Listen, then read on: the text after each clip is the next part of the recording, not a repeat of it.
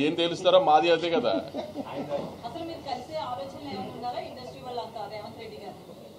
Ma'am అదే అంటున్నాను కదా మ్యామ్, దిల్ రాజు గారు హైదరాబాద్ వచ్చిన తర్వాత ఒకసారి అందరం కలిసి డిసైడ్ చేసి దెన్ ఎలా విల్ టేక్ ఇట్ ఫార్వర్డ్ అనేది చూడాలి. ఇంకా నా కాంబినేషన్ కాదు, నేను ఆయనతో పని చేయాలన్నది ఎప్పటి నుంచో నేను వెయిట్ చేస్తున్నా. నాతో కాంబినేషన్ ఏంటి, నేను హీరోయిన్ ఏంటి, కానీ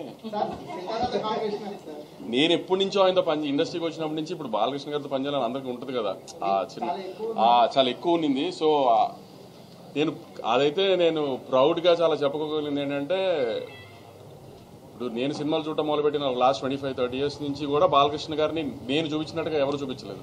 అంత కాన్ఫిడెంట్గా చెప్పగలుగుతాను నేను. నా సినిమాలో ఇవాళ ఉన్న విజువల్స్, ఇప్పుడు మా సినిమాలో ఉన్న విజువల్స్ లాస్ట్ 20-25 yearsలో ఎప్పుడు బాలకృష్ణ గారి సినిమాలో విజువల్స్ అలా లేదు. సినిమా పరిశ్రమ మీద ప్లస్ గానీ మైనస్ గానీ ఉండే అవకాశం ఉందా? రీసెంట్ డెవలప్మెంట్స్ అంటే దేని గురించి? అల్లు అర్జున్ గారి అరెస్ట్ బయటకు రావడం. సార్ ఒక్క డాకు మహారాజ్ గురించే మాట్లాడుకుందాం ప్లీజ్. నేను అందుకే పేరు చెప్పలేదు కదండి. నాకు రీసెంట్ డెవలప్మెంట్స్ అంటే సినిమా మీద ఏమైనా అది ప్రభావం అసలు వద్దా సార్, అసలు ఆ ఎలిమెంట్ లేదు. పోస్టర్స్ చూస్తే మళ్ళీ చైల్డ్ సెంటిమెంట్ ఉంది, పాప సెంటిమెంట్ కనిపిస్తుంది పోస్టర్. గత సినిమా కూడా బాలకృష్ణ గారి సినిమాలో కూడా ఎపిసోడ్ ఉంది. అది మొత్తం ఎంటైర్ సినిమాలో ఉంటుంది, ఒక ఎపిసోడ్ కింద ఉంటుంది.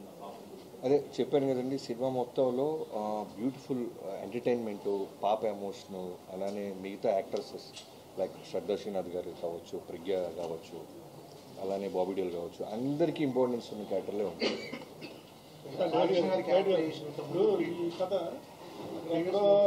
కొండలో కోయలు సొంబల్ లోయ కథ తెలుగు వాళ్ళకి ఎలా కరెక్ట్ అవుతుంది అసలు? మీరు విక్రమార్కుడు చూసారా గురుగారు? మీరు సినిమా చూస్తే ఎక్కడ ప్రాంతంలో జరుగుతుంది, ఎలాంటి ఎమోషన్స్ ఉన్నాయి, మన కథ కాదా అనేది మీకు అర్థమైపోతుంది. పార్ట్ 1 ముందు చూద్దామండి, తర్వాత మంది పార్ట్ 2 దీనికి పార్ట్ 2 ఉందా? బాలకృష్ణ క్యారెక్టర్ చాలా హై చూపించారు. ఇంకా అంటే ఆ క్యారెక్టరేషన్ ఎంత ఈ సినిమాలో ఎంత హైగా ఉండబోతుంది, ఫ్యాన్స్ కానీ ఎలా ఉండబోతుంది? అదే సంక్రాంతి పండుగలా ఉంటుందండి బాలకృష్ణ గారి క్యారెక్టర్.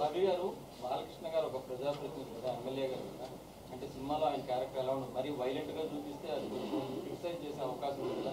ఒక ప్రజాప్రతినిధిగా ఉంటూ జనాలకి ఏమి ఇప్పుడు ఆయన ప్రజాప్రతినిధిగా ఉన్నప్పుడు ఏదైనా సమస్య వస్తే వైలెంట్గా రియాక్షన్ అవ్వాల్సి వస్తే అవ్వాలా లేదా? సో ఆయన అక్కడ ఎమ్మెల్యేగా నిజంగా సమస్య వస్తే రియాక్ట్ అయితే ఎలా ఉంటుంది, ఈ కథలో కూడా ఏదైనా సమస్య వస్తే నిజాయితీగా పోరాడతారు ఆయన. అదే విధంగా